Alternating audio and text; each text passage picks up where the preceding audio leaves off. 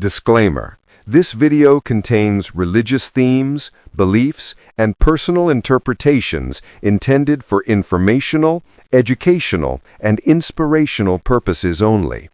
It is not meant to disrespect any faith, culture, or individual. Viewers are encouraged to practice discretion and interpret the content according to the right teachings and globally accepted interpretation of the Holy Bible. All opinions expressed are those of the Creator. Sino ba ang inaakala ninyong daan patungo sa Diyos Ama? Si Felix Manalo ba? Si Muhammad ba? Ang inyong relihiyon ba? Ang inyong mabubuting gawa o ang sarili ninyong mga pagsisikap? Mga kaibigan, magandang araw sa inyong lahat. Maraming tao sa ngayon ang mga nagtatanong ng ganito. Marami bang daan o pamamaraan patungo sa Diyos? Ang sabi ng iba, basta maging mabuting tao ka lang. Ang sabi ng iba, ang relihiyong nilikha daw ng mga tao ang daan o paraan. At may nagsasabi rin na ang kanilang sariling pagsisikap at mga gawa ang siyang magliligtas sa kanila. Ngunit ang sagot sa tanong ay hindi kung ano ang sinasabi ng mundo, kundi kung ano ang pinapahayag ng salita ng Diyos sa Biblia. Malinaw at maliwanag ang sinabi ni Jesus sa John 14 verse 6. Ako ang daan, ang katotohanan, at ang buhay. Walang makapupunta sa Diyos Ama kundi sa pamamagitan ko. Hindi sinabi ni Jesus sa talatang ito na isa lamang ako sa maraming daan o paraan. Hindi rin niya sinabi na ako ang pinakatamang opsyon. Ang linaw ng kanyang pinahayag dito, ako ang daan. Siya lamang, hindi sila marami. Eksklusibo ito na tanging siya lang at wala ng iba pa. Hindi ba maliwanag ito sa inyo? Bakit si Jesus lamang ang tanging daan? Sapagkat ang problema ng tao ay kasalanan, at ang kasalanan ay ang siyang naghihiwalay sa atin sa Diyos.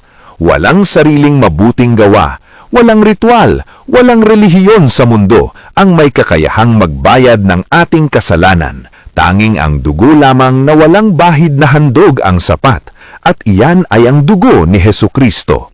Ang sabi sa unang Timoteo 2 talata 5, sapagkat iisa ang Diyos at iisa ang tagapamagitan sa Diyos at sa mga tao, ang taong si Kristo Jesus. Mga kaibigan, pakinggan nating mabuti ito. Iisa lamang ang ating tagapamagitan, hindi ang santo na nasa anyong rebulto o litrato, hindi ang imam, pari, pastor o ministro, hindi ang simbahan o relihiyon, hindi ang sarili nating pagsisikap o mabubuting gawa. Tanging si Jesus lamang at wala nang iba pa. At bakit siya lamang? Dahil siya ay ganap na Diyos at ganap na tao. Siya ay mayroong dalawang kalikasan. Nauunawaan niya ang kabanalan ng Diyos at ang kahinaan ng tao. Siya lamang ang tanging may angking kwalifikasyon na maging tagapamagitan ng Diyos sa mga tao. Sa krus ay hindi lamang siya namatay, kundi siya ang pumalit sa atin. Ang parusang sana ay para sa atin ay kanyang inako. Ang galit ng Diyos ay kanyang sinalo. At sa kanyang muling pagkabuhay mula sa mga patay, isang palatandaan na hindi lamang siya tao kundi Diyos din, ay ipinakita niyang ang daan patungo sa Diyos Ama ay bukas na. Mga kaibigan, ang tanong ngayon ay hindi kung alam ba natin ito, kundi kung tinanggap ba natin ito.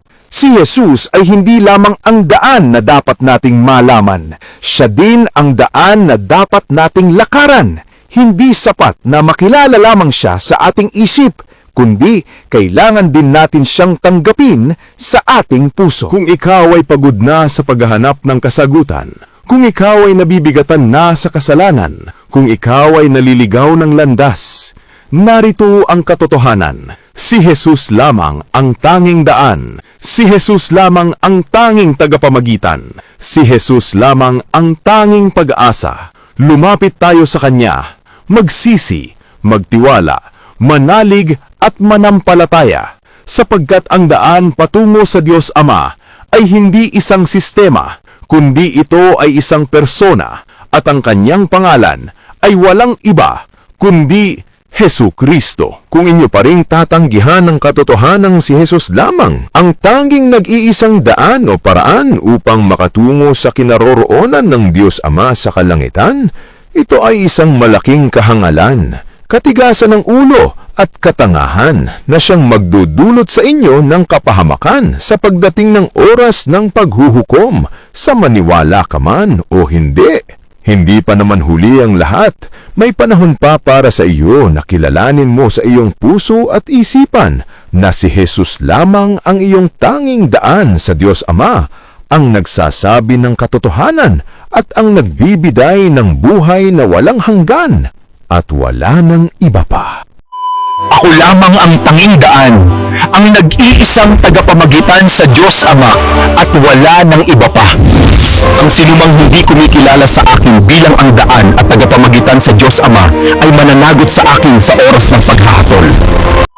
My children, hear the word of truth, for the kingdom of heaven is at hand. Open your hearts. Thanks for watching. Let God's Word be your daily guide, not just today, but every day. If this video blessed you, don't forget to like, share, and subscribe for more Bible-based inspiration and truth. And don't forget to hit that notification bell so you never miss another moment of encouragement and truth. We are all on this journey together, and your support helps spread the message further. Remember, each day is a new opportunity to grow in faith and share the love of God with others. Do you have any thoughts or questions? Drop them in the comment box below, and we'd love to hear from you and pray with you.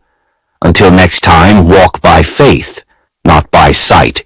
And remember, Jesus is coming soon. Be ready, be bold, be faithful. God bless you.